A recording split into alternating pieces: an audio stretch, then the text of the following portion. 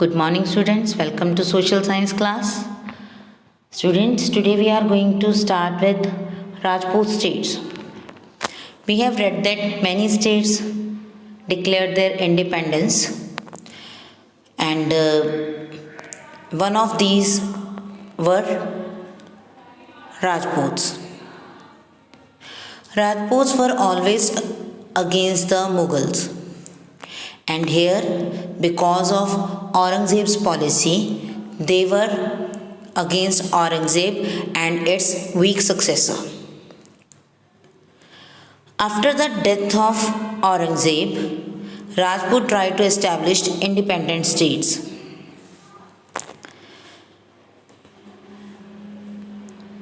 Ajit Singh, the king of Marwar, that is Jodhpur, Savai Jai Singh, king of Amber, Amber is Jaipur, took advantage of the war of succession among the emperor's sons and declared their independence from the Mughal Empire. We all know that Aurangzeb's successors were weak, and after the death of a king, there was a succession of war to become the next king. So Savai Jai Singh and Ajit Singh took the advantage of these war of successions and declared their kingdom as the independent kingdom. They were fed up of religious and administrative intolerance under Aurangzeb. Aurangzeb was a staunch Muslim, and he has intolerance power for other religion. Tolerance nahi thi, he started many intolerance policies against Hindus. He just started jizya again, and he had never give highest position to the Hindus in his court. So all these things made the Rajputs angry. Due to all these things, they were fed up and they wanted the independence or their own status or a place in the society. So they declared independence from the Mughal Empire. Jai Singh had the governorship of Surat and Agra, and Ajit Singh was the governor of Ajmer and Gujarat. जो जय सिंह था, सवाई जय सिंह जिसकी हम बात कर रहे हैं, उनके पास सूरत और आगरा का एरिया था, और अजीत सिंह उनके पास अजमेर और गुजरात का एरिया था.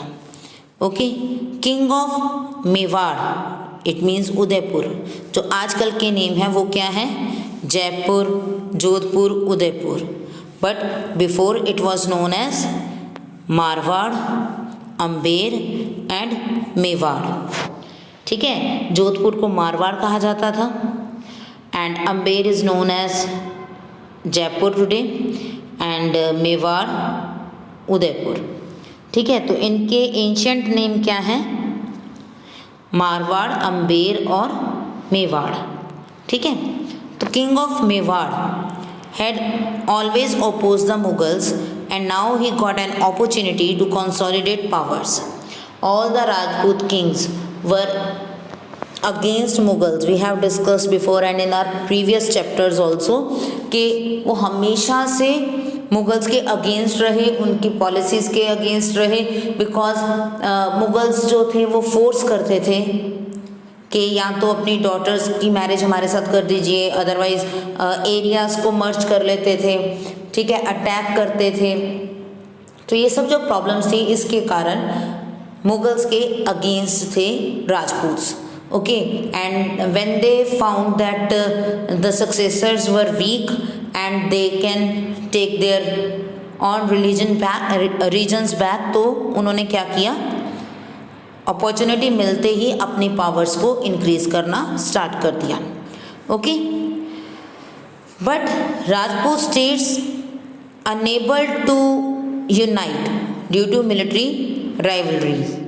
उनके आपस में ही बहुत सारे डिस्प्यूट्स थी, प्रॉब्लम्स थी राजपूत किंग्स की ही. ओके. सो ये राजपूत किंग्स जो थे वो यूनाइट होने में अनेबल रहे। The surrounding territories diminished due to the increasing power of Jat, Maratha and local rulers. जो उनकी टेरिटरीज थी, because they are fighting with each other also, तो उनकी टेरिटरीज पर किसने कंट्रोल कर लिया? जाट्स ने, मराठा ने और लोकल रूलर्स ने। But Rajputs were the one those wanted independence from the Mughals, जिन्होंने इंडिपेंडेंस चाहा और खुद को एक पावरफुल कम्युनिटी की तरह शो किया।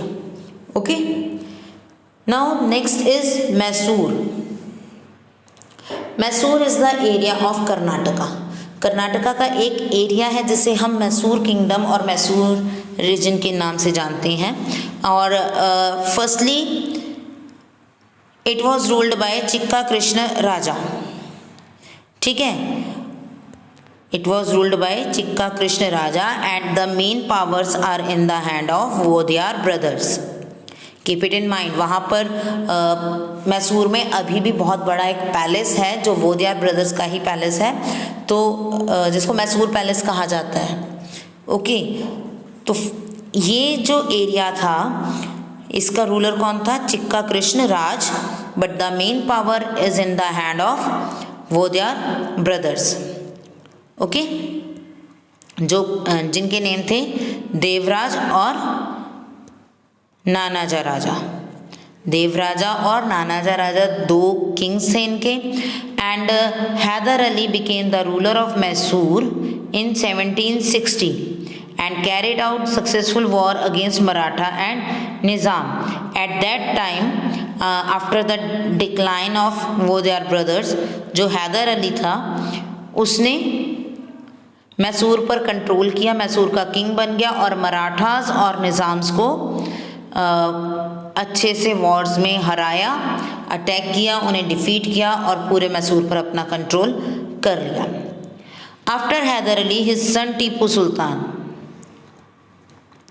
Tipu Sultan became the king of Mysore and he introduced many reforms in army, trade, coinage, weight and measurements etc. ठीक है, तो टीपू सुल्तान किंग बना और उसने बहुत सारे चेंजेस किए, मिलिट्री में चेंजेस किए, कॉइन बनाने के चेंजेस किए, वेइंग सिस्टम में चेंज किया, मेजरमेंट में चेंज किया। And he encouraged hard work and protected the farmers. उसने हमेशा हार्ड वर्क को एनकरेज किया और फार्मर्स को प्रोटेक्ट किया। He was also an able warrior and general. He organise his army in European style. He was a Muslim but was tolerant towards other religion. Tipu Sultan and Hyder Ali were Muslims, but they were tolerant to other religion and they appreciate hard work. They were just against the Britishers. वो British powers के, Nizam's और मराठास के against थे। वो अपने area पर proper control रखते थे। ओके, और जो टीपू सुल्तान था, ही वॉज एबल वॉरियर, वो बहुत ज़्यादा एबल था, एडमिनिस्ट्रेटर बहुत अच्छा था। And he was staunch enemy of British and kept opposing them till his death. जब तक उसकी डेथ नहीं हुई तब तक वो ब्रिटिशर्स को अपोज करता रहा। And he had an alliance with French. उसकी फ्रेंच के साथ, जो फ्रांस की कंपनी थी और फ्रांस की आर्मी थी, उसके साथ एक कॉन्ट्रैक्ट हुआ, अलायंस बना। And he sent his ambassadors to France, Turkey and Iran and Arab states to seek help against the British. He tried to modernize his naval power to strengthen his power and the development of external trade. Britishers को defeat करने के लिए, to defeat Britishers, he just try to take help from other countries like Arab, France और तुर्की, Iran, इन सब areas से उसने help की डिमांड की। और अपनी नेवल पावर, मींस जो नेवी होती है, जो सी और ओशंस के अंदर जो आर्मीज होते हैं, that is called naval power. ठीक है, तो नेवल पावर को उसने स्ट्रॉन्ग किया और अपने ट्रेड वर्क को भी इंक्रीज किया। Our Indian kings were so much powerful, but still, because of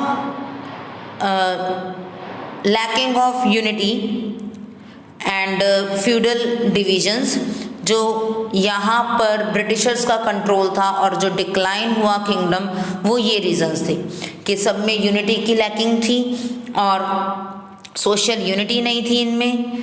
and feudal divisions means जो फ्यूडल लॉर्ड्स थे, जो जमींदार टाइप के पर्सन्स थे, जो फार्मर्स पर कंट्रोल करते थे, टैक्स रिवेन्यूज ये सब कलेक्ट करते थे, उनकी डिवीजन थी। और इकोनॉमिक डिस्पैरिटी थी, इकोनॉमिकली वो कोई ज़्यादा अमीर कोई ज़्यादा गरीब, और यूनिटी भी नहीं थी। तो ये सब रीजंस थे कि हम लोग डिफीट हुए। The condition of women was not good, the backwardness of agriculture and industry at the hand of foreign companies destroyed the internal and external trade. Foreign companies came to India for their benefit, and here they defeated the kings also. They just got that information that kings have problem with each other, so they helped the king to defeat another king. Britishers ने क्या एक policy की, divide and rule, कि जो Kings आपस में जिनकी बनती नहीं है उनको आपस में ही डिवाइड कर दो, उनको लड़ाई करवा दो और खुद रूल करो।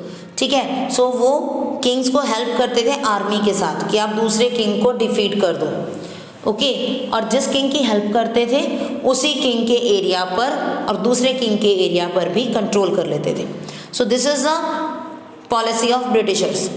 ओके, तो जब किंगडम पर ही कंट्रोल हो गया तो ट्रेड पे भी कंट्रोल हो गया, और ट्रेड और इंडस्ट्रीज पर ब्रिटिशर्स का या अदर फॉरेन कंपनीज का कंट्रोल होना, उसके कारण हमारी इंडियन इंडस्ट्रीज डिक्लाइन हो गई। सब कुछ एक्सप्लॉइट किया उन्होंने, डिस्ट्रॉय कर दिया हमारे ट्रेड को, हमारी इंडस्ट्री को, हमारे कल्चर को।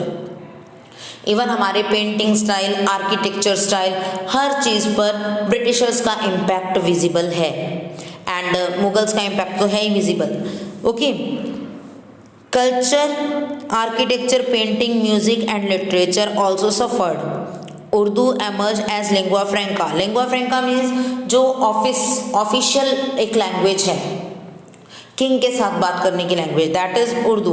उस टाइम पर उर्दू को लिंगुआ फ्रेंका की तरह यूज किया जाने लगा।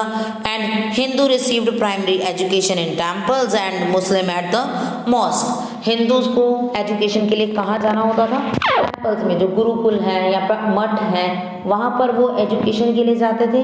और जो मुस्लिम्स थे, they go to mosque for the